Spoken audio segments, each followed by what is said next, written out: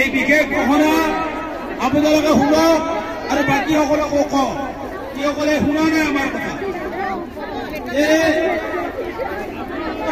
দাবী সন্দৰ্ভ সঞ্চালকৰ প্ৰস্তাৱ সন্দৰ্ভ মাননীয় সঞ্চালক সুভাষ মোদী ডাঙৰীয়াই প্ৰিন্সিপাল ছেক্ৰেটাৰীৰ লগত মন্ত্ৰীৰ এটা আলোচনা এই খবৰ আমাক জনাইছে আৰু কৈছে খন্তেক পাছতে আপোনালোকক আমি জনাই আছো, অলপ সময় ধৈৰ্য ধৰি খবৰ ৰখি থাকক। আমাক ৰবলৈ কৈছে, আমি ৰেডি হওঁ, কিন্তু ৰম কিছু সময় আমি ৰম, এই কথা খবৰটো আহক। এটা আলোচনা চলি থকা বুলি কৈছে, আলোচনা চলাই তেওঁলোকে এটা ভাল খবৰ দিম বুলিও আমি এই খবৰলৈ অপেক্ষা কৰিছো। খবৰ নাই এই সময়ত, গতিকে বান্ধৱীসকলক অধৈৰ্য হবলৈ মানা কৰিছো। মই অধৈৰ্য এতিয়াই অধৈৰ্য হলে 12 ঘণ্টা কাইলৈ ৰাতিপুৱা 12 বজালৈ থাকিব কেনেকৈ? আমিতো ইয়াতে দাবী আদায় কৰিব আহিছো, ফূৰ্তি কৰিবলৈ অহা নাই। মাথোন কোনো বিশৃংখল কাম নকৰিব, বিশৃংখল কাম নকৰিব, সিটো ৰাস্তা ব্লক নকৰিব।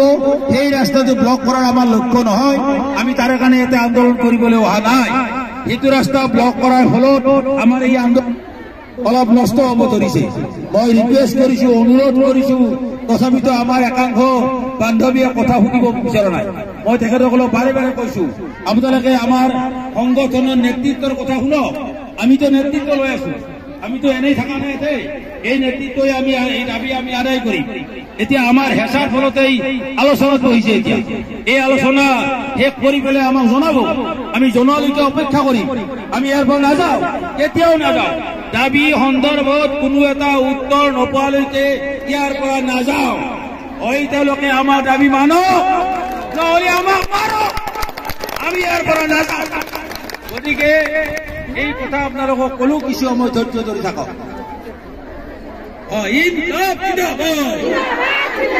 ৰাস্তাৰ সিপাৰে থকা বিলাকো ধৰক, ইনকলাব জিন্দাবাদ, আৱাজ বঢ়াও বেগ হে, আৱাজ বঢ়াও বেগ হে। সঞ্চালকৰ প্ৰস্তাৱ মানিলো, সঞ্চালকৰ প্ৰস্তাৱ মানিলো, সঞ্চালকৰ প্ৰস্তাৱ পদে মাননি বৃদ্ধি কৰক, সঞ্চালকৰ প্ৰস্তাৱ পদে মাননি বৃদ্ধি কৰক। हम सब एक है, हम सब एक है। इनकलाब जिंदाबाद, CITO जिंदाबाद, অসম ৰাজ্যিক অংগনবাড়ী কৰ্মী আৰু সহায়িকা সংস্থা জিন্দাবাদ, অসম ৰাজ্যিক অংগনবাড়ী কৰ্মী আৰু সহায়িকা সংস্থা জিন্দাবাদ। সঞ্চালকৰ দাবী মানিল, সঞ্চালকৰ প্ৰস্তাৱ মানিল। দল খুদ্দাকে সাগাৰ বললাম।